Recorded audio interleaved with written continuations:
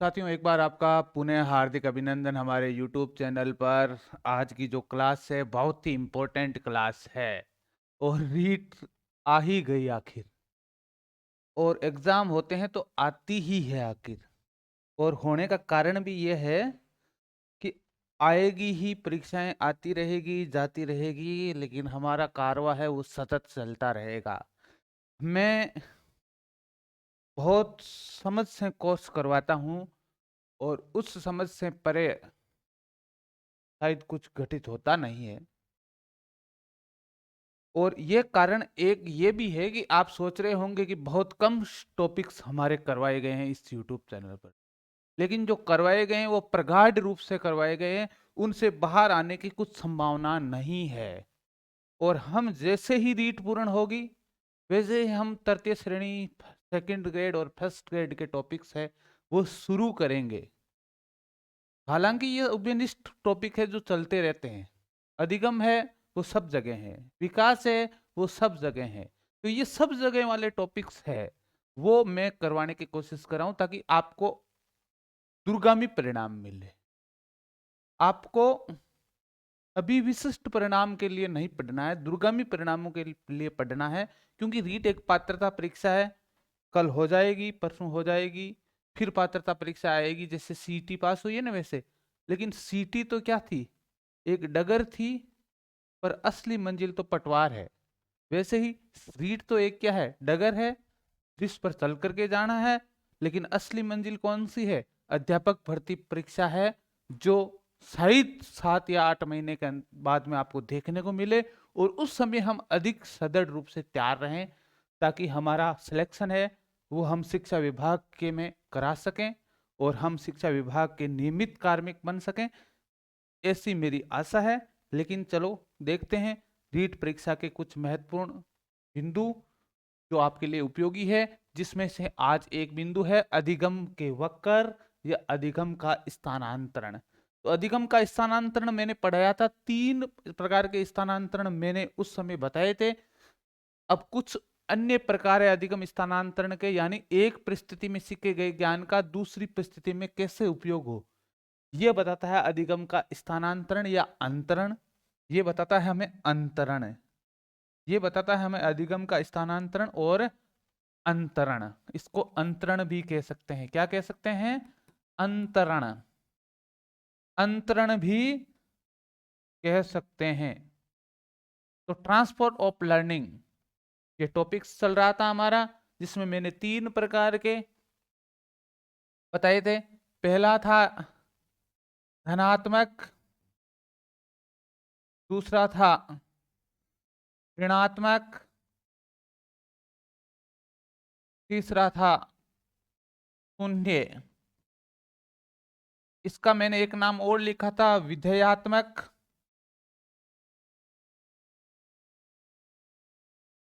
या सकारात्मक कह सकते हैं, ऋणात्मक या निषेधात्मक, या नकारात्मक कह सकते हैं। इसको तटस्थ भी कह सकते हैं या उदासीन अंतरण भी कह सकते हैं। तो ये नाम आ सकते हैं, कोई अतिशयोक्ति नहीं है। धनात्मक, विधेयात्मक, ऋणात्मक, निषेधात्मक या नकारात्मक, शून्य या तटस्थ। यदि एक परिस्थिति का ज्ञान दूसरी परिस्थिति के लिए सुसाध्य हो या सरलीकृत करने में काम आए, दूसरी परिस्थिति को सरल बनाए, तो वो होता है धनात्मक। यदि एक परिस्थिति का ज्ञान दूसरी परिस्थिति में बाधा पहुंचाए या बैरियर्स उत्पन्न करे या क्या प्रभाव डाले, दुष्प्रभाव डाले या नकारात्मक प्रभाव डाले, तो वो होता है ऋणात्मक अंतरण। और यदि किसी भी तरीके से प्रभावित न करे एक परिस्थिति का ज्ञान दूसरी परिस्थिति में, तो वो होता है आपका शून्य या तटस्थ अंतरण। तो ये 3 प्रकार के अंतरण हमने पहले वीडियो में पढ़ रखे हैं। अब कुछ महत्वपूर्ण जो उपयोगी जो अंतरण है वो मैं आपको पढ़ाने जा रहा हूं, जो बार बार पूछे जाते हैं। अब जो प्रकार है उसमें यह है, पहला प्रकार है आपका पार्श्वीय अंतरण, लेटरल ट्रांसफॉर्मिंग। ये अन्य अंतरण के प्रकार है। दूसरा है वर्टिकल ट्रांसफॉर्म, अनुलंब अंतरण। तीसरा है अनुक्रिया अंतरण, सिक्वेंशनल ट्रांसफर, अनुक्रिया अंतरण। और चौथा है क्षैतिज या हॉरिजेंटल अंतरण, इसको बोलते हैं बायलेटरल ट्रांसफर या द्विपार्श्विक अंतरण। तो ये क्या क्या है ये देखते हैं पहले। अब इसके उपनाम देख लो। लेटरल या पार्श्विक अंतरण को बोलते हैं एक पक्षीय, एक पक्षीय बोलते हैं, एक पक्षीय अंतरण भी बोलते हैं इसको। अनुलंब, इसको बोलते हैं लंबवत, लंबवत, या इसको बोलते हैं अनुदैर्ध्य अंतरण भी कहते हैं इसको। अनुक्रिया अंतरण, इसको बोलते हैं श्रृंखलागत अंतरण। क्या बोलते हैं? श्रृंखलागत अंतरण भी कहते हैं। क्यों कहते हैं मैं अभी आपको बताने वाला हूं टॉपिक से। क्षैतिज, इसको बोलते हैं हम अनुप्रस्थ या समस्तर अंतरण। और बायलेटरल या द्विपार्श्विक को बोलते हैं द्विपक्षीय। क्या बोलते हैं? द्विपक्षीय अंतरण कहते हैं। ये थे कुछ उपनाम जो आपको याद में रखना है। इनके आपके एग्जाम में आ सकते हैं हिंदी में वर्जन में दिया हुआ पेपर में। क्योंकि बायलेटरल, लेटरल को क्या लिख सकता है? पार्श्वीय या एक पार्श्वीय लिख सकता है। वर्टिकल को क्या लिख सकता है? अनुलंब या लंबवत या अनुदैर्ध्य लिख सकता है। सीक्वेंस ट्रांसफर लर्निंग को बोलता है अनुक्रिया अंतरण या श्रृंखलागत अंतरण भी कह सकते हैं। हॉरिजेंटल ट्रांसफर लर्निंग को क्षैतिज, अनुप्रस्थ या समस्तर अंतरण भी कहा जा सकता है। और बायलेटरल ट्रांसफर ऑफ लर्निंग को कह सकते हैं एक द्विपार्श्विक या द्विपक्षीय। पार्श्विक वैसे तत्सम शब्द है, लेकिन पार्श्व पक्ष है वो एक है तद्भव शब्द। यानी मैं कहूं तो पार्श्विक है, पार्श्व है वो संस्कृत का शब्द है, और ये पक्ष है वो शुद्ध हिंदी का शब्द है। तो आपको थोड़ी सी शब्दावली का ध्यान आपको रखना है। और वैसे भी आप हिंदी में भी एक तत्सम तद्भव वाला टॉपिक्स पढ़ के जाना, क्योंकि 2 3 4 हिंदी भाषा में तद्भव और तत्सम वाले शब्द आने हैं। इसमें हिंदी व्याकरण रचना कक्षा 9 से 12 की आप व्याकरण की पुस्तक से पढ़ सकते हो, वो आपके लिए उपयोगी होगी। 1-2 पाने में पेज में लिखे हुए हैं। हाँ, आज माइड भाषा बोलने का मन कर रहा है क्योंकि माइड भाषा दिवस है, हमारी मारवाड़ी, हमारा गौरव। तो 1-2 पन्ना है उसको आप उलट करके देख सकते हो। जो पेज है, जो कवर लिखे हुए हैं उनको आप देख सकते हो। पर्यायवाची शब्द भी देख सकते हो, विलोम शब्द भी देख सकते हो, ताकि आपकी 4 या 5 अंकों में सुधार हो सके। ये एक बहुत महत्वपूर्ण जानकारी थी, अतिरिक्त जानकारी। चलो विषय पर हम चलते हैं। पार्श्वीय अंतरण या एक पक्षीय अंतरण क्या होता है? ध्यान देना, पार्श्वीय या एक पक्षीय अंतरण। अब मैं यहां पर आपको अनुलंबात्मक रूप से ले रहा हूं, समझाने की कोशिश कर रहा हूं। ध्यान देना, लंबीय स्थानांतरण, लंबीय स्थानांतरण, वर्टिकल ट्रांसफर ऑफ लर्निंग क्या होता है? पूर्वापेक्षा अधीनस्थ क्षमताओं के सीखने पर आकस्मिक नई प्रतिक्रियाओं का अधिग्रहण करना। ध्यान देना, जब आपका पहले से किसी विषय में ज्ञान है, पूर्वापेक्षा अधीनस्थ क्षमताओं के सीखने में आकस्मिक नई प्रतिक्रियाओं का अभिग्रहण, यानी पहले से अपेक्षित या अधीनस्थ क्षमताएं जो आपने सीख रखी है, वो क्षमताएं यदि दूसरे विषय, उसी विषय में आगे सीखने में काम आए, तो वो होता है लंबीय स्थानांतरण या वर्टिकल, या मैं कहूं तो अनुदैर्ध्य स्थानांतरण हो सकता है। नाम दो दे सकता हूं, जैसा मैंने पूर्व में नाम बता रखे हैं। तो ध्यान देना, ये क्या होता है? जैसे मान लिया किसी विद्यार्थी ने क्या सीख रखा है, जोड़ सीख रखा है, गुणा सीख रखा है, फिर बाकी सीख रखी है, फिर भाग सीख रखा है, और इन्हीं संक्रियाओं का यदि गणित में उपयोग कर रहा है प्रश्नों को सरल करने में, किसी एक विषय का ज्ञान, पूर्वापेक्षाएं, अधीनस्थ क्षमताएं, ये सीखी गई क्षमताएं 4 संक्रियाएं यदि उच्च स्तर के ज्ञान प्राप्त करने में सहायता करे, तो वो होता है लंबीय स्थानांतरण। अब दूसरा है क्षैतिज स्थानांतरण। सीखने के माहौल के सीखने की स्थिति में शिक्षार्थी द्वारा प्राप्त समझ और कौशल का उपयोग किया जाता है, यानी क्षेत्र से बाहर की परिस्थिति। यहां क्या लिख रखा है? सीखने, बाहर सीखने की स्थिति। परिस्थिति दूसरी हो सकती है, जैसे मान लिया जाए गणित का ज्ञान है, गणित का ज्ञान आप भौतिकी में प्रयोग कर रहे हो।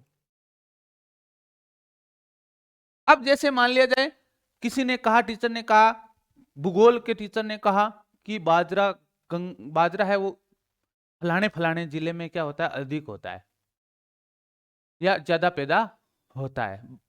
गणु हुए, एक ही बात। मारवाड़ी शब्द आ सकते हैं आज, क्योंकि मारवाड़ी भाषा दिवस है। मैं वैसे मारवाड़ी में ही पढ़ाता हूँ, बहुत कम पढ़ाता हूँ हिंदी में, क्योंकि ये ऑनलाइन क्लासेज है तो संपूर्ण राजस्थान में स्पीड होती है, इसलिए मैं क्या पढ़ाता हूँ यहाँ पर हिंदी प्रयोग में लेता हूँ। वरना मैं स्थानीय क्लास होती है, जब हमारे समुदाय हमारे क्षेत्र के बच्चे होते हैं तो वहां पर मैं अधिकतर मारवाड़ी ही बोलता हूँ। तो बाजरा, मान लिया जाए किसी ने कहा, टीचर ने कहा कि बाजरा ज्यादा इस जिले में होता है, तो वो अर्थशास्त्र में बदलेगा थोड़ा, उसी जिले में पैदा होगा, वो भूगोल में नहीं बदलेगा। वो कृषि विज्ञान में जहां पर बाजरा है उसकी भौगोलिक स्थिति बताएगा, वहां नहीं। अब मान लिया जाए भूगोल में आपकी भौतिक संरचना ऐसी है प्रदेश की, तो वो भूगर्भ विज्ञान में थोड़ी बदलेगी, वही रहेगी। उसका थोड़ा सा केमिकलाइजेशन, उसका वो केमिकल स्ट्रक्चर है वो बता दिया जाएगा अतिरिक्त रूप से, लेकिन रहेगा तो भाई। तो एक विषय का ज्ञान जब किसी दूसरे विषय में काम आए, तो ध्यान देना, ये लंबिये और ये क्षैतिज स्थानांतरण दोनों ही सकारात्मक होते हैं, दोनों ही सकारात्मक होते हैं, दोनों ही सकारात्मक होते हैं। अब देखिए, उदाहरण के लिए अर्थशास्त्र में मांग और नियम सीखना शिक्षार्थी की मांग और आपूर्ति के उदाहरणों के बारे में पूर्व अपेक्षित ज्ञान पर निर्भर करेगा। पहले मांग और आपूर्ति के बारे में क्या क्या सीख रखा है वो दिखेगा अर्थशास्त्र में, ऊपर वाली अवधारणा को सीखने के लिए। मोटरसाइकिल चलाने वाले के दौरान स्कूटर चलाने का अनुभव करना कौन सा हो गया, क्षैतिज अनुभव हो गया, क्षैतिज स्थानांतरण हो गया। जैसे मान लीजिए मोटरसाइकिल चलाना और स्कूटर चलाना बिल्कुल अलग अलग परिस्थितियां। जैसे विज्ञान में पढ़ना और गणित में पढ़ना, जैसे विज्ञान का नॉलेज है वो गणित में काम आ रहा है, या भौतिक विज्ञान का नॉलेज है वो गणित में काम आ रहा है, या अर्थशास्त्र का नॉलेज है वो भूगोल में काम आ रहा है, या भूगोल का नॉलेज है वो अर्थशास्त्र में काम आ रहा है, तो वो तो है क्षैतिज स्थानांतरण। कौन सा स्थानांतरण है, बाहर की परिस्थितियां। यदि उसी परिस्थिति में पूर्वापेक्षाएं जो पहले से सीख रखी चीजें हैं वो उसी परिस्थिति में काम आए, या अधीनस्थ अनुभव है वो ऊपरी अनुभवों को सीखने में काम आए, तो वो स्थानांतरण होता है आपका लंबवत स्थानांतरण, जिसको हमने अनुदैर्ध्य स्थानांतरण भी कहा है। ठीक है, ये क्षैतिज समस्तर या इसको अनुप्रस्थ स्थानांतरण भी कह सकते हैं। तो ये अधिगम इंतरण के शायद 2 बिंदु है, वो आपके अच्छी तरीके से समझ में आ गए होंगे। अगला देखते हैं हम। अब देखते हैं एक पार्श्वीय धन, पार्श्वीय को देखते हैं, थोड़ा बहुत पार्श्वीय को समझना है आपको।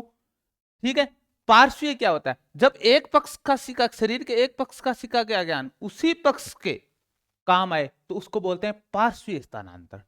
ठीक है, द्विपार्श्वीय क्या होता है, जब शरीर के एक पक्ष में सीखा गया ज्ञान एक पक्ष में अधिक प्रशिक्षण दूसरे पक्ष को प्रभावित करे, तो वो होता है द्विपार्श्विक अंतरण। और अनुक्रिया अंतरण क्या होता है, जब किसी कार्य को हम करते हैं तो ये पहले वाला काम है वो दूसरे वाले काम को अगली वाली परिस्थिति में काम आए, यानी श्रृंखलाबद्ध करते हुए जब अंतरण होता है। जैसे मान लीजिए हम क्या करते हैं, जैसे हम गाड़ी चलाने के लिए बैठते हैं तो ये सीक्वेंसली काम होते हैं। तो जैसे ही हम सीट पर बैठेंगे हैं तो हमारा नॉलेज है वो गियर की तरफ जाएगा, फिर इसको ब्रेक की तरफ जाएगा। तो ये सीक्वेंसली काम होते हैं, क्या होते हैं, सीक्वेंसली काम होते हैं, इसमें अंतरण होता है, उसको बोलते हैं अनुक्रियात्मक अंतरण। तो पार्श्वीय अंतरण, यदि शरीर के एक पक्ष का प्रशिक्षण उसी पक्ष के किसी दूसरे भाग में काम आए तो वो तो होता है कौन सा है अंतरण, एक पार्श्वीय अंतरण होता है। एक पार्श्वीय अंतरण होता है या एक पक्षीय होता है। द्विपक्षीय, यदि शरीर के किसी भाग का प्रशिक्षण दूसरे पक्ष में काम आए तो वो होता है द्विपार्श्विक अंतरण। कौन सा होता है, द्विपार्श्विक अंतरण होता है। तो ये थे अंतरण के प्रकार। अब देखते हैं कुछ उदाहरणों के माध्यम से। धनात्मक अंतरण का एक उदाहरण दे रखा है, टेनिस खेलना और बैडमिंटन खेलने में सहायता प्राप्त करता है, तो ये हो गया धनात्मक अंतरण। साइकिल चलाना, नाव चलाने में अंदर क्या करता है, बाधा उत्पन्न करता है, तो ये अंतरण हो गया आपका ऋणात्मक अंतरण। क्षैतिज अंतरण, स्कूटर चलाना, दूसरा स्कूटर चलाना सीखता है, ठीक है। अब देखना, ऊर्ध्वाधर अंतरण, वर्टिकल अंतरण को क्या कह सकते हैं, लंबवत या ऊर्ध्व अंतरण भी कह सकते हैं। तो ये हो गया आपका, जैसे साइकिल चलाना सीखा हुआ व्यक्ति कार चलाना सीख जाएगा। ड्राइवरी में छोटे वाहन सीखने वाला बड़े वाहन सीखता है ना, वैसे ही।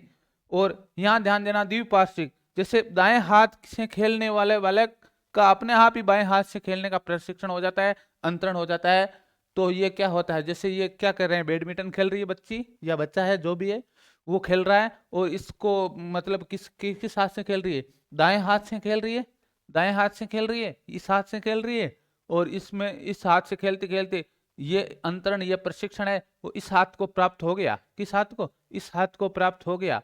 तो ये अंतरण हो गया द्विपार्श्विक अंतरण। तो ये कुछ उदाहरण थे जिसके माध्यम से हम सीख सकते हैं अंतरण की अवधारणा को। अब देखो अंतरण के सिद्धांत। अब अधिगम अंतरण होता कब है, ध्यान देना, अधिगम अंतरण होता कब है, ये वेरी वेरी इंपॉर्टेंट है। अधिगम अंतरण कब होगा, कौन सी परिस्थितियां होगी, तब होगा। थॉर्नडाइक का सिद्धांत, थॉर्नडाइक महोदय ने सीखने में महत्वपूर्ण कार्य किए, अपने स्थानांतरण के सिद्धांत को समरूप तत्वों का सिद्धांत नाम दिया। क्या नाम दिया, आइडेंटिकल, आइडेंटिकल एलिमेंट्स का नियम किसने दिया था। तो थॉर्नडाइक का जो नियम है वो है समरूप तत्वों का, समरूप, इसको बोल सकते हैं अनुरूप, अनुरूप या समान तत्वों का सिद्धांत। ठीक है, इसको बोल सकते हैं। तो अधिगम अंतरण का जो पहला सिद्धांत है, वेरी इंपॉर्टेंट सिद्धांत है, जो बार बार रीट में पूछा जाता है, वो है समरूप, अनुरूप या समान तत्वों का सिद्धांत। किसने दिया है, थॉर्नडाइक ने दिया है। समरूप तत्वों का अर्थ है, थॉर्नडाइक ने सीखने के प्रयोग में पाया कि बिल्ली अपने पूर्व अनुभवों का प्रयोग सीखने में करती है, इसलिए जब व्यक्ति संचित अनुभवों से नवीन सीखने हेतु समरूप तत्वों को छांट लेता है और उनका प्रयोग करके कार्य को करता है, तो कार्य सिद्ध ही हो जाता है, या इससे समरूप तत्वों का सिद्धांत कहा जाता है। सरलीकरण के रूप में कहा जा सकता है कि नवीन कार्य संचित अनुभवों में से समान तत्वों को छांट लेना ही सीखने की उन्नति करता है। जैसे दर्शन शास्त्र का ज्ञान मनोविज्ञान के सीखने में मदद करता है। अब ध्यान देना, अधिगम अंतरण पर थॉर्नडाइक कहता है कि परिस्थिति ए है, परिस्थिति ए है और परिस्थिति बी है, परिस्थिति बी है। अब ध्यान देना, थॉर्नडाइक कहता है जितना इन दोनों परिस्थितियों में समानता होगी, जितनी इन परिस्थितियों में समानता होगी, अधिगम का अंतरण उतना ही आसानी से होगा। यहां ध्यान देना, सनुरूप, समान या अनुरूप तत्वों का, कि जितनी अधिक समानता होगी उतना ही आसानी से अंतरण होगा। जैसे मान लिया जाए एक व्यक्ति क्या करता है, साइकिल चलाना सीख जाता है, तो मोटरसाइकिल सीखने में आसानी होती है। ये समरूप तत्वों का सिद्धांत है, क्योंकि साइकिल वैसे ही चलती है, उसी नियमावली में चलती है जैसे मोटरसाइकिल चलती है, क्योंकि साइकिल चलाने और मोटरसाइकिल चलाने की परिस्थिति में समानता है। तो ये होती है परिस्थिति ए व परिस्थिति बी में जितनी अधिक समानता होगी, जितनी अधिक क्या होगी, समरूपता होगी, जितनी अधिक क्या होगी, सर्वांग समता होगी, उतना ही वो स्थानांतरण है वो आसानी से होना चाहिए। परिस्थितियां के अंदर व्यक्ति क्या करता है अधिगम स्थानांतरण के लिए, जैसे एक परिस्थिति में कोई कार्य किया, उसमें से क्या छांट लिए, देखा कार्य को, दूसरी परिस्थिति में गया, वहां देखा, तो उन्होंने जो पहली परिस्थिति के जो अवयव थे उन अवयवों को यहां पर खोजने की कोशिश की, समानता मिली तो तुरंत ही स्थानांतरण हो गया, असमानता मिली तो स्थानांतरण में कठिनाई होगी, ऋणात्मक अंतरण हो सकता है, कठिनाई महसूस हो सकती है अंतरण में। तो जितनी अधिक दोनों परिस्थितियों में समानता होगी उतना ही आसानी से अंतरण हो पाएगा, और जितनी अधिक असमानता होगी उतनी ही अंतरण में कठिनाई होगी। कौन कहता है, थॉर्नडाइक कहता है। कौन कहता है, थॉर्नडाइक कहता है। आपको ज्यादा कुछ उलझना नहीं है, दो परिस्थितियां हैं, दोनों परिस्थितियों के तत्व या परिस्थिति समान है, दोनों परिस्थितियों के तत्वों में या दोनों परिस्थिति के अवयवों में जितनी अधिक समानता है, जितनी अधिक समानता है उतना ही अधिगम आसानी से होगा, और यदि जितनी अधिक असमानता है उतनी ही अधिगम्य अंतरण में कठिनाई होगी। ये कौन कहता है? थर्नडाइक का अनुरूप तत्वों का, समरूप तत्वों का, या सर्वांग सम तत्वों का, या तादात्म्य तत्वों का नियम कहता है। तो पहला नियम किसने किया? थर्नडाइक ने दिया। इसको बोलते हैं समरूप तत्वों का सिद्धांत, बागले का सिद्धांत। अगला सिद्धांत है बागले का सिद्धांत। बागले ने सीखने में स्थानांतरण को बहुत ही महत्वपूर्ण माना है। सामान्यीकरण के पीछे तथा समान तत्वों के पीछे आदर्श मूल्य माने जाते हैं, उनमें सफल बनाते हैं, अतः वे अपने सिद्धांतों का नाम आदर्श एवं मूल्यों का सिद्धांत। तो आदर्श व अभिगमित मूल्यों का सिद्धांत किसने दिया है? बच्चों में विकास के साथ साथ आदर्श तथा मूल्यों का गठन होता रहता है, अतः वे जीवन भर उसका प्रयोग करते रहते हैं। उदाहरण के लिए बच्चे अगर स्वस्थता और सौंदर्यता का भाव विकसित करना है तो उन्हें सैद्धांतिक तथा व्यावहारिक रूप से प्रशिक्षित किया जाए और भविष्य में वे स्वयं अपने इस निष्कर्ष के तौर पर हमें कह सकते हैं कि शिक्षार्थी के द्वारा बच्चों में आदर्श और मूल्यों का गठन करना चाहिए ताकि वे जीवन भर उनका स्थानांतरण करे सके। अब ध्यान देना, ये क्या कहता है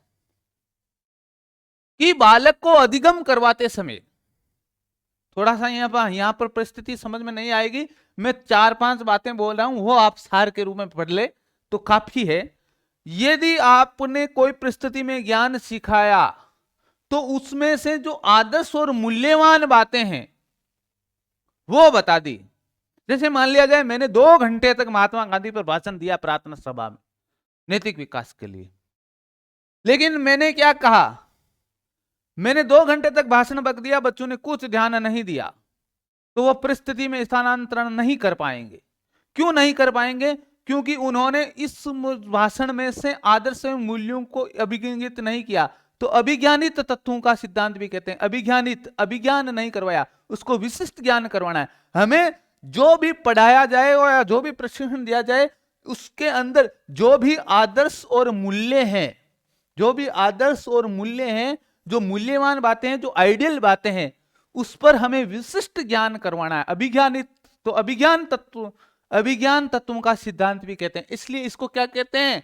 अभिज्ञान तत्वों का सिद्धांत। अभिज्ञान तत्वों का सिद्धांत भी कहते हैं। वेरी वेरी इंपॉर्टेंट चीज है साहब, ध्यान देना। यदि मान लिया जाए मैंने भाषण देते समय, 2 घंटे भाषण देते समय उन महत्वपूर्ण मूल्यों, उन महत्वपूर्ण आदर्शों और उन महत्वपूर्ण तथ्यों पर जोर दिया होता और उन तथ्यों को ग्रहण करके बालक जाते, तो व्यवहार में उनमें महात्मा गांधी दिखता। घर पर व्यवहार में, स्कूल में व्यवहार में, समाज में व्यवहार में उनमें महात्मा गांधी दिखता। लेकिन हम क्या करते हैं?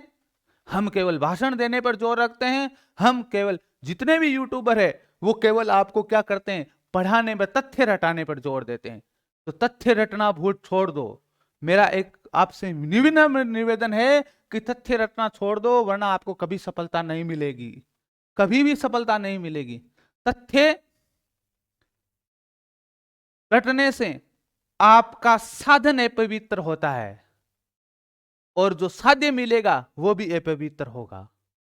आपके साधन और साध्य दोनों पवित्र होने चाहिए। यदि आपने समझ के साथ में पढ़ा है, आपने एक मन लगा करके किसी विषय को पढ़ा है, तो आपका साधन पवित्र है और आपका साध्य भी पवित्र होगा।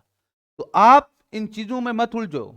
मैं वो बता रहा हूं, यदि अधिगम अंतरण में सिद्धांतों से क्वेश्चन आया तो यहीं से बाहर कहीं पर भी नहीं जाएगा। तो अभिज्ञान यानी जो आदर्श और मूल्य जो पढ़ाए जाते हैं, जो बातें बताई जाती है प्रशिक्षण के दौरान या सीखने के दौरान, तो उनमें से आदर्श, आइडियल और जो क्या है वैल्यूएबल चीजें हैं उनको बता दिया जाए, उनको अच्छी तरीके से क्या कर दिया जाए, बच्चों को समझा दिया जाए, ताकि बच्चे क्या करें, दूसरी परिस्थिति में उन मूल्यों और आदर्शों का उपयोग आसानी से कर सके। तो आदर्श व मूल्यों का सिद्धांत इसलिए कहते हैं इसको। आदर्श और मूल्य जो भी अधिगम करवाते हैं उनके आदर्श और मूल्यों या उनके विशिष्ट तत्वों का अभिज्ञान करवा दो, उनमें महत्वपूर्ण तत्वों का अभिज्ञान करवा दो।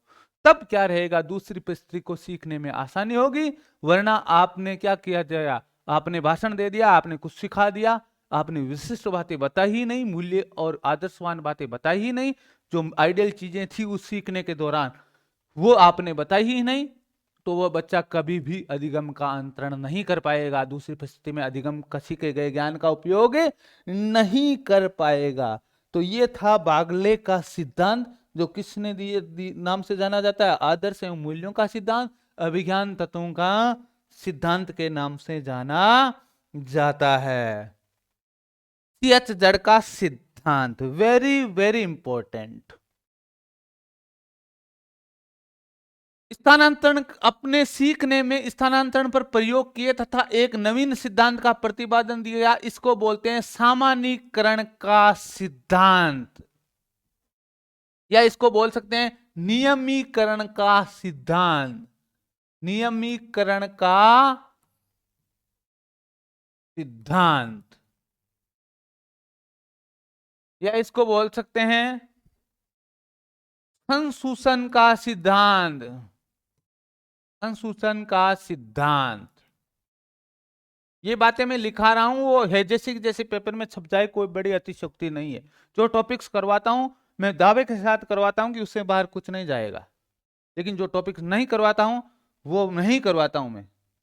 सामान्यीकरण का अर्थ है बालक अपने विकास के साथ साथ विभिन्न अनुभव अर्जित करता है और यह अनुभव मिलकर के एक निष्कर्ष निकालता है, यानी व्यापीकरण बढ़ता है। यदि मान लिया जाए बालक के सामने ढेरों उदाहरण है, तो उनमें का निरीक्षण करते समय बालक क्या कर लेता है? एक नियम या एक सामान्य चीज बात निकाल लेता है। ठीक है, अनुभव मिलकर के निष्कर्ष निकालते हैं, जिसे नियम अर्थात सिद्धांत कहा जाता है। मैंने कहा था नियमीकरण का सिद्धांत, इसको नियम या सिद्धांत नाम दिया। भविष्य में वे इसका प्रयोग सामान्य जीवन की समस्याओं को सुलझाने में करता है। इस प्रक्रिया को सामान्यीकरण कहते हैं। विशिष्ट परिस्थितियों में समान विशेषताओं अथवा सिद्धांत या संबंध स्थापना की प्रक्रिया सामान्यीकरण कहलाती है। यदि दो परिस्थितियां, अब मान लिया जाए एक परिस्थिति में सीखते समय बालक ने सीखने के दौरान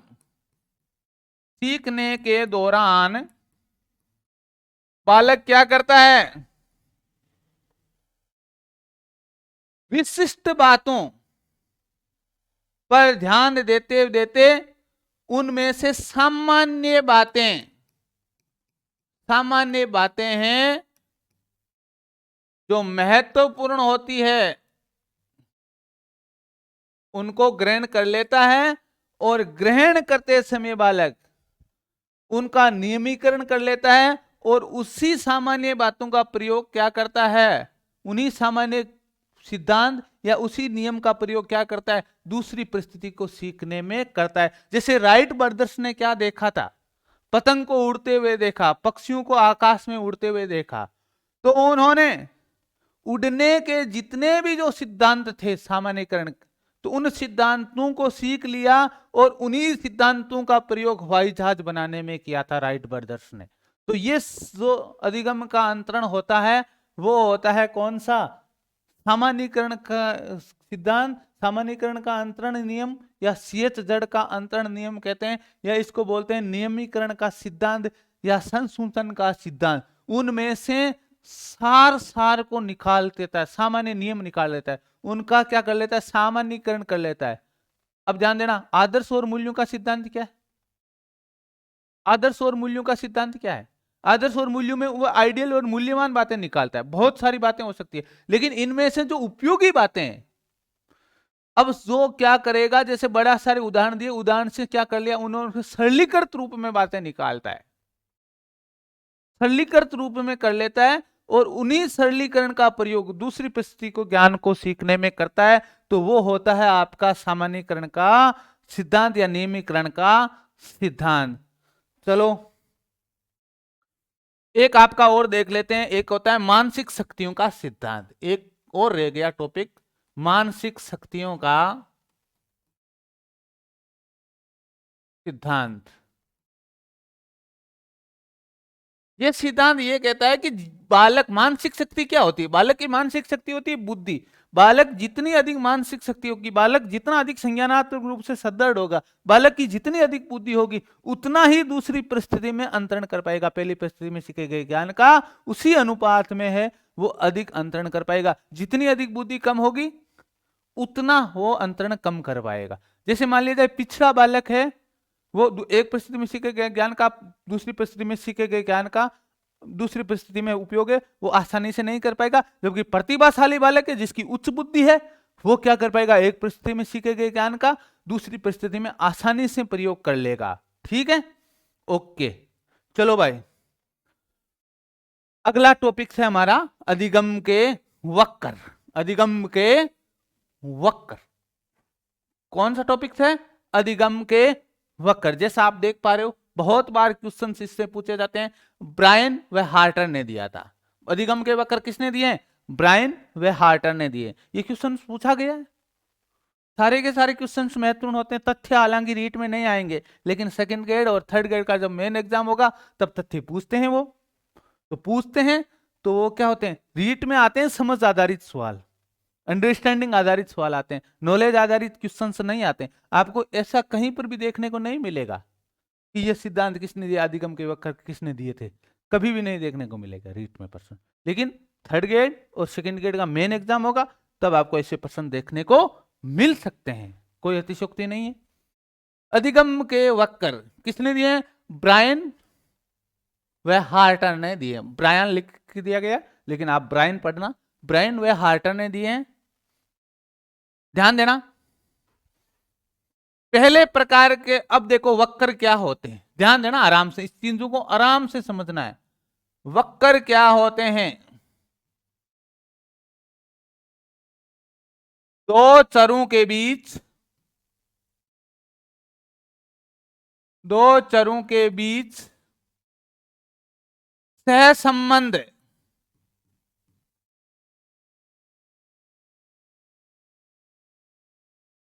को दर्शाने वाली गणितीय विद्या क्या कहलाती है? वक्र कहलाती है। दो चर, तो अब देखो दो चर कौन कौन सा है? दो चर कौन कौन से हैं? यहां पर जो अधिगम वक्र है वो किस किस के बीच में खींचे जाते हैं? तो दो चर कौन कौन से हैं? ध्यान देना, वेरी इंपॉर्टेंट, पूछा गया अधिगम वक्रों में दो चर कौन कौन से होते हैं। पहला होता है अधिगम की मात्रा,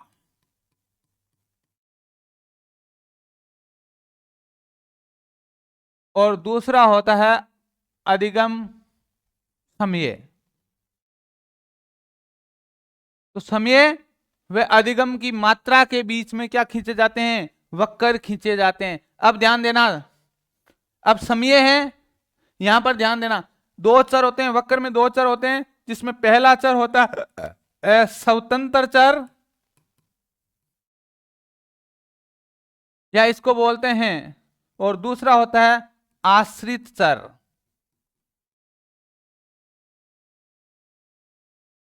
आश्रित चर, तो ध्यान देना, वक्र खींचते हैं तब स्वतंत्र चर को तो हम किस पर रखते हैं?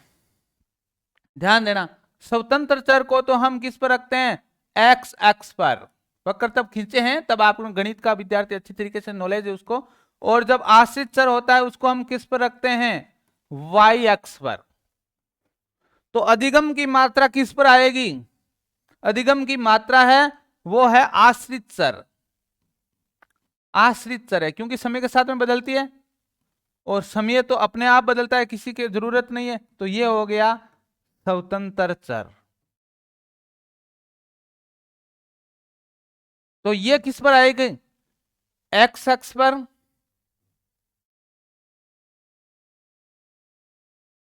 ये आएगी आश्रित चर आएगा वाई एक्स पर, और ये जो समय है वो आएगा एक्स एक्स पर, एक्सेल पर आएगा, एक्स एक्सेल पर आएगा, और ये है वो वाई एक्सेल पर आएगा। तो एक्स अधिगम की मात्रा और समय के बीच को संबंध को दर्शाने वाले गणितीय आकृतियां क्या कहलाती है? गणितीय विद्या क्या कहलाती है? अधिगम वक्र कहलाती हैं। और ये संपर्क किसने दिया था? ब्रायन और हार्टर ने सर्वप्रथम ये खींचे थे अधिगम के वक्र। ठीक है, दो अक्षर हो गए। अधिगम की मात्रा को कहां रखेंगे हम? अधिगम की मात्रा को हम कहां रखेंगे?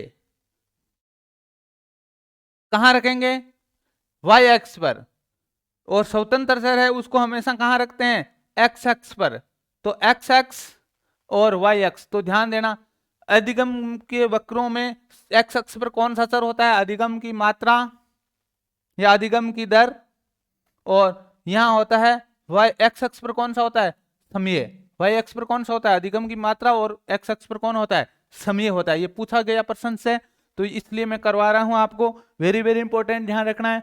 दो अक्षर होते हैं जिसमें अधिगम की मात्रा और समय के बीच में हम क्या खींचते हैं? वक्र खींचते हैं, क्योंकि समय के साथ में अधिगम सीखने की दर है या सीखने की मात्रा है वो बदलती रहती है, क्योंकि परिस्थितियां बदलती है तो अधिगम की मात्रा है वो बदलती रहती है, क्योंकि एक समान नहीं रहती कभी भी।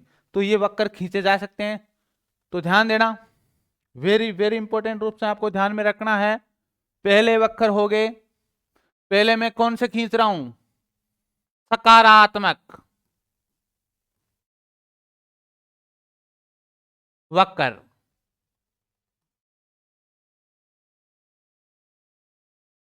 इसको बोलते हैं धनात्मक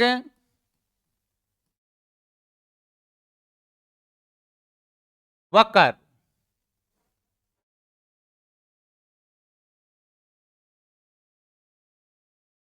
ठीक है, सकारात्मक वक्र या धनात्मक वक्र।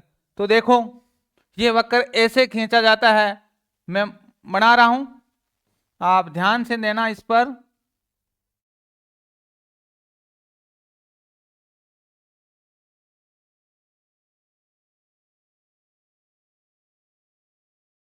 यहां है लर्निंग और यहां है टी। एल का मतलब है अधिगम की मात्रा और टी का मतलब है टाइम। ये हमारा एक्स एक्सिस हो गया और ये हमारी वाई एक्सिस हो गई। क्या हो गई? वाई एक्सिस हो गई। अब इस वक्र में देखना, समय जैसे जैसे जया हो रहा है, समय जैसे जैसे बीत रहा है, वैसे वैसे अधिगम की मात्रा क्या होती है? बढ़ रही है। अधिगम की मात्रा बढ़ रही है। ध्यान देना, इस वक्र में पहले क्या थी? अधिगम की मात्रा कम थी, फिर समय जैसे जैसे जाया हुआ, समय जैसे जैसे बीता, वैसे वैसे क्या होती है? अधिगम की मात्रा या सीखने की दर है वो क्या हो रही है? बढ़ रही है। तो सकारात्मक वक्रों में प्रारंभ में अधिगम की दर क्या रहती है? कम, और समय के साथ क्या हो जाती है? बढ़ती है। तो प्रारंभ में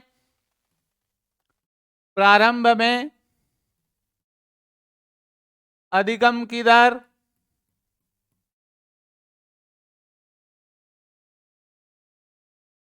कम, बाद में क्या हो जाती है?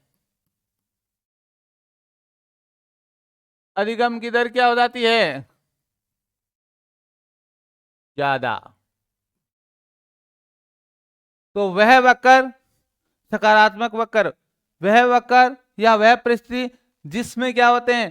प्रारंभ में बालक सीखने की दर या सीखने की मात्रा कम होती है, लेकिन जैसे जैसे समय बीतता है या समय जाया होता है, वैसे वैसे क्या हो जाती है? अधिगम की गति या अधिगम की दर है या अधिगम की मात्रा है वो बढ़ती रहती है। तो अधिगम की मात्रा है वो, अधिगम की मात्रा है वो बढ़ती जाती है। तो मात्रा बढ़ेगी तभी तो दर बढ़ेगी। ठीक है, तो यहां ध्यान देना, प्रारंभ में अधिगम की मात्रा क्या होती है? कम कम सीखता है, और बालक समय जैसे जैसे ज्यादा होता है वैसे वैसे अधिक सीखना शुरू कर देता है। अब ध्यान देना, इसकी आकृति कैसी होगी? आकृति कैसी होगी? ध्यान देना, ये क्या है? तल से नीचे। तो आकृति कैसी होगी? अवतल। इसलिए इसको अवतल वक्र भी कहते हैं। ध्यान देना, ये क्या है? नीचे। ये क्या है? नीचे। और नीचे दबे हुए पेट को क्या कहते हैं? जैसे ऐसे दबाओ, नतोदर। क्या कहते हैं? नतोदर। ऐसे दबा दो नीचे पेट को, बाबा रामदेव की तरह। खींचो, प्राणायाम करो थोड़ा बहुत, रीट में टेंशन, आपका तनाव कम हो। रीट में तनाव भी कम जरूरी है ना। बहुत भारी भारी परीक्षक आ रहे हैं आपके सामने तनाव को कम करने के लिए। ऐसे करो, ऐसे नींद लो, ऐसे सो, ऐसे सो, ऐसे पैर चौड़े करके सो। अरे क्या पड़ा इन तनाव को, तनाव कहाँ तनाव आ गया आपके, अभी पापा जी की रसोई में रोटी खा रहे हो और इसी समय तनाव है, तो फिर आने वाली जिंदगी में तो सारे में तनाव ही तनाव है। तो आप क्या करो, प्राणायाम करो एक बार रामदेव जी की तरह। तो पेट क्या जा रहा है नीचे, और जो नत यानी नीचे गया हुआ उदर है उसको बोलते हैं नतोदर।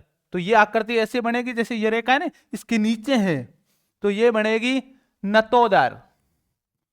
नतोदर कैसी आकृति बनेगी, नतोदर। तो आकृति कैसी बनेगी, तो सकारात्मक वक्र की आकृति या आकार कैसा होता है, अवतल या नतोदर होता है, इसलिए इसको अवतल वक्र या इसको नतोदर वक्र भी कहते हैं। आपको अभी समझ में आया गया होगा पूरा का पूरा।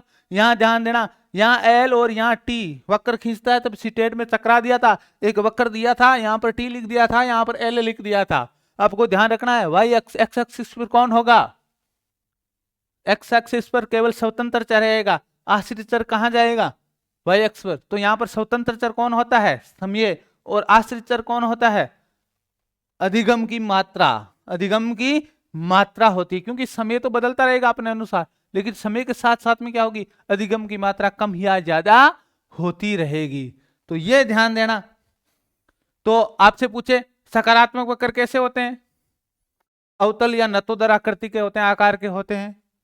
प्रारंभ में गति क्या रहती है, प्रारंभ में अधिगम की मात्रा क्या होती है, कम होती है, और धीरे धीरे क्या होता है, समय के साथ साथ में अधिगम की मात्रा बढ़ती जाती है, जिसके कारण से अधिगम की दर में भी क्या आती है, बढ़ोतरी होती है। ठीक है ना। चाल क्या होता है, दूरी बटा समय। तो यहां पर अधिगम की दर क्या होगी, चाल को दर ही कहते हैं ना। तो अधिगम की मात्रा एल बटा टी होगी, मात्रा, अधिगम की मात्रा या दर। दर क्या होगी, अधिगम की मात्रा बटा अधिगम का समय, अधिगम में लगा समय। तो ये ध्यान देना, अधिगम की दर। तो सकारात्मक वक्रों में अधिगम की दर पहले क्या रहती है, कम, और बाद में क्या हो जाती है, ज्यादा हो जाती है। ठीक है, पहला वक्र आपके समझ में आ गया, शायद कोई प्रॉब्लम नहीं होनी चाहिए अब आपको वक्रों को लेकर के। और यहां से प्रॉब्लम रह गई, इसका मतलब आप राजस्थान में आपकी प्रॉब्लम कहीं पर भी नहीं मिटने वाली। मैंने गणित के दृष्टिकोण से बता दिया, मैंने भौतिक विज्ञान के दृष्टिकोण से बता दिया, और मैंने इसको मनोविज्ञान के दृष्टिकोण से बता दिया। तो इस तरीके का सहसंबंध आपको किसी भी चैनल पर, यूट्यूब चैनल पर नहीं देखने को मिलने वाला है। ठीक है, अगला देखते हैं कौन सा वक्र है अगला। अगला कौन सा वक्र है, नकारात्मक या ऋणात्मक अधिगम वक्र। अधिगम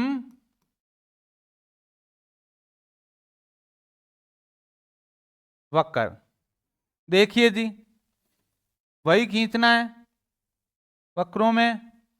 टी को कहां रखोगे, मैं समय को क्या कर लिख रहा हूं, टी से time, T for time, time for समय, जैसा भी आप पृष्ठ में नॉलेज कर लेना। यहां अधिगम की मात्रा को क्या लिख रहा हूं, लर्निंग। अधिगम की मात्रा को क्या लिख रहा हूं, एल। क्वांटिटी ऑफ लर्निंग को क्या लिख रहा हूं, एल से लिख रहा हूं। अब यहां क्या होगा, यहां क्या होगा, ऐसा वक्र बनेगा। प्रारंभ में तो उत्साह से तैयारी कर रहा है बालक, और धीरे धीरे जैसे जैसे समय आया, रीट की उत्साह से तैयारी कर रहा था, और उसी उत्साह को आप बना करके रखते अंत तक तो बहुत अच्छा होता। लेकिन परिस्थितियां आई ऐसी कि चलो अभी क्या तैयारी करनी है रीट की, अभी रीट की क्या तैयारी करनी है, अभी तो मेन एग्जाम है ही नहीं, इसको तो ऐसे ही 90 नंबरों से पास कर लेंगे। तो अंत में गति क्या हो गई, धीमी हो गई। धीमी हो गई या नहीं हो गई, अंत में समय के साथ साथ में क्या हुआ, सीखने की मात्रा है वो कम होती गई।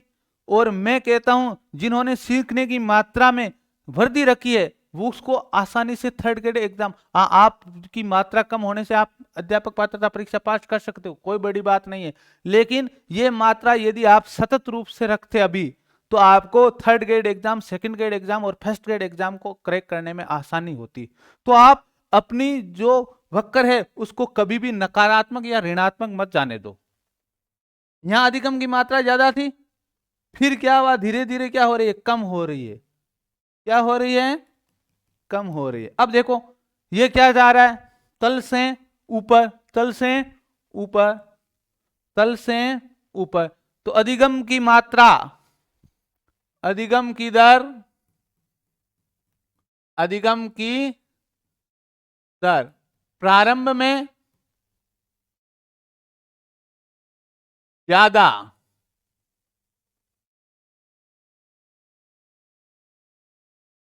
अधिगम की दर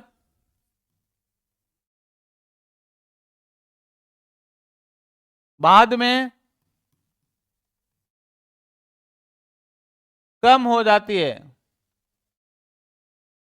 ठीक है, इसको बोलते हैं ह्रासमान।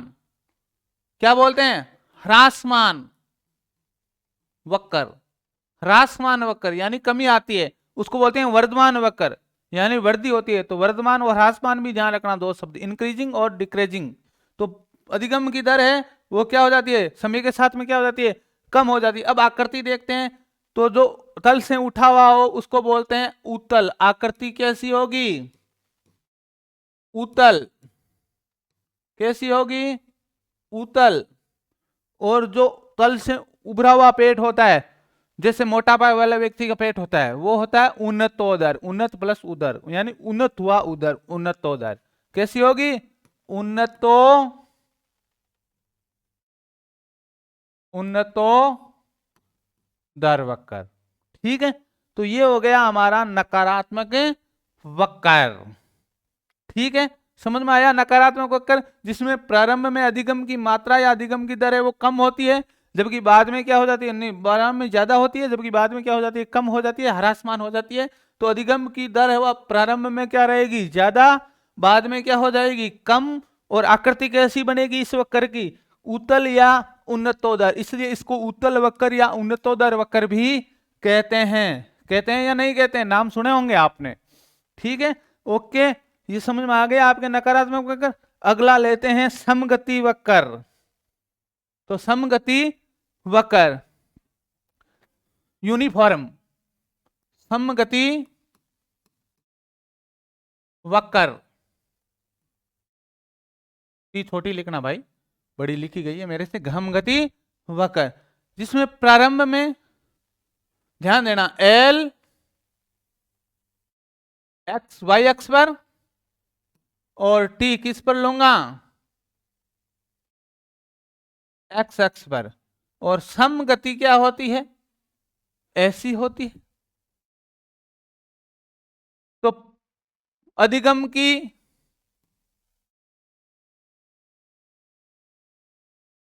दर में कोई परिवर्तन नहीं होता है समगति वक्रों में। और आकृति कैसी होगी, आकृति कैसी होगी, रिजु रेखीय या सरल रेखीय होगी। रिजु रेखा सुना है ना आपने, रेखा गणित पढ़ा नहीं क्या? पहली से पांचवी वाले जो टीचर्स बनने हैं उनको ध्यान में होना चाहिए। रिजु रेखीय या रिजु को बोलते हैं सतत। तो आकृति कैसी होती है, सरल रेखीय या एक समान वक्र, इसको बोलते हैं समगति वक्र या एक समान वक्र। क्या बोलते हैं, एक समान वक्र, क्योंकि अधिगम की दर क्या रहती है, एक समान रहती है या नियत रहती है, बदलाव नहीं होता है। लेकिन व्यवहारिक रूप से ऐसे वक्र देखने को नहीं मिलते हैं, क्योंकि एक बालक ने मान लिया जाए, देखो क्यों नहीं देखने को मिलते हैं, व्यवहारिक रूप से अधिगम के कौन से वक्र नहीं देखने को मिलते हैं। तो आपका उत्तर होना चाहिए कौन से वक्र नहीं देखने को मिलते हैं, समगति वक्र देखने को नहीं मिलते हैं। क्यों नहीं मिलते हैं भाई साहब, व्यवहारिक रूप से, क्योंकि कोई न कोई परिस्थिति या कोई न कोई वातावरणीय दशा या कोई न कोई आनुवंशिक दशा ऐसी आएगी जो अधिगम की गति में, जो अधिगम की गति में क्या ला देगी, बदलाव ला देगी। क्या ला देगी, बदलाव ला ही देगी। एक कैसा बालक देखा है कि पहले दिन कितने टेबल्स याद किए, 2। पहले दिन कितने टेबल याद किए, 2। दूसरे दिन कितने टेबल याद किए, 4। तीसरे दिन कितने टेबल याद किए, 8। ऐसे कोई बालक देखा है क्या? क्योंकि एक न एक दिन ऐसा आएगा जब वो केवल 2 ही टेबल याद कर पाएगा, फिर से परिस्थिति ऐसी बन जाएगी। एक दिन ऐसा आएगा जिस दिन वो केवल कोई भी टेबल नहीं देख पाएगा, सीख पाएगा, क्योंकि उस दिन क्या आ गया था, बुआ जी के मायरा आ गया था, या भाई का विवाह था, या बहन का विवाह था, या क्या था, मासी के विवाह था। तो ऐसी न ऐसी परिस्थितियां, वातावरणीय परिस्थितियां आएगी जिसमें अधिगम की गति क्या रहती है, निरंतर रूप से बदलती रहती है, निरंतर रूप से बदलती रहती है। तो ठीक है, तो ये ध्यान देना है। अब ध्यान देना सा अधिगम का पठार, अधिगम का पठार, अधिगम का पठार। अधिगम की दर या मात्रा क्या रहती है, ध्यान देना भाई, थोड़ा सा ध्यान देना। अधिगम की दर, अधिगम की दर है एक समान रहती है, एक समान रहती है। किसमें? समगति वक्रों में एक समान रहती है। अब क्या होता है, कुछ बालक ऐसे होते हैं जिनकी अधिगम की मात्रा में बहुत दिनों तक कुछ भी परिवर्तन देखा हुआ नहीं मिलता है, या कोई भी परिवर्तन या बदलाव नहीं होता है। उन बालकों को सीखने में क्या रहती है, उनकी सीखने की मात्रा में कोई परिवर्तन नहीं रहता। जैसे मान लिया जाए किसी बालक ने कक्षा 4 में 15 की टेबल याद की थी, और कक्षा 5 में जाते जाते भी 15 की टेबल ही याद है, तो 4 से 5, कक्षा 5 में जाने का जो वक्त था, उसमें अधिगम की मात्रा में किसी भी प्रकार का बदलाव नहीं देखने को मिला। और जब अधिगम की मात्रा में बालक में किसी भी प्रकार का परिवर्तन नहीं देखने को मिलता है, उसको बोलते हैं हम अधिगम का पठार, अधिगम का पठार, अधिगम का पठार, जिसमें अधिगम की दर, अधिगम की मात्रा में, अधिगम की मात्रा में कोई परिवर्तन नहीं होता है।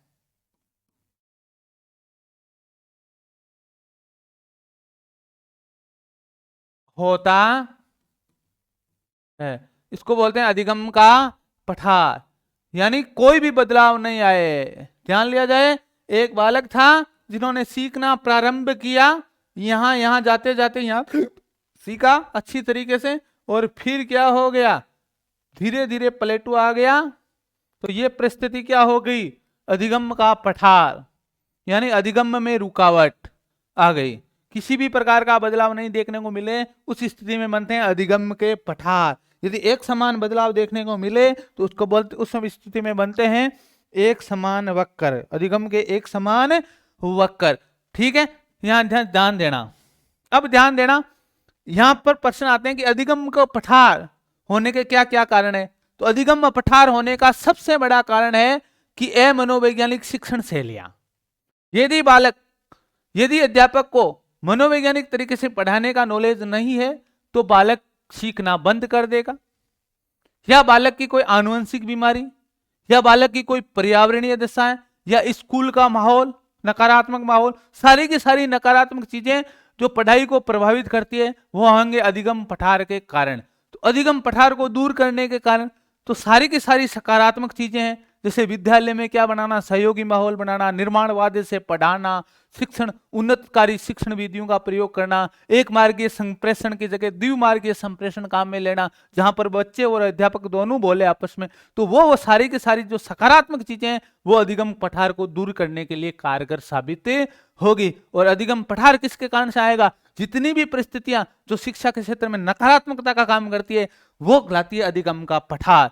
चाहे शिक्षक और विद्यार्थी का संबंध हो, शिक्षक और विद्यार्थी का संबंध ठीक नहीं है, चाहे माता पिता या शिक्षार्थी का संबंध ठीक नहीं है, पारिवारिक माहौल ठीक नहीं है, चाहे विद्यालय का माहौल ठीक नहीं है, जो शिक्षक रीति या रणनीति जो कक्षा में प्रयोग में लाई जा रही है वो ठीक नहीं है, तब जाकर के अधिगम का पठार आएगा। इन सभी परिस्थितियों को हमें ठीक करना होगा, तब जाकर के ये अधिगम का पठार दूर होगा। साथियों, ये कक्षा कैसी लगी आप जरूर कमेंट बॉक्स में कमेंट करके बताना।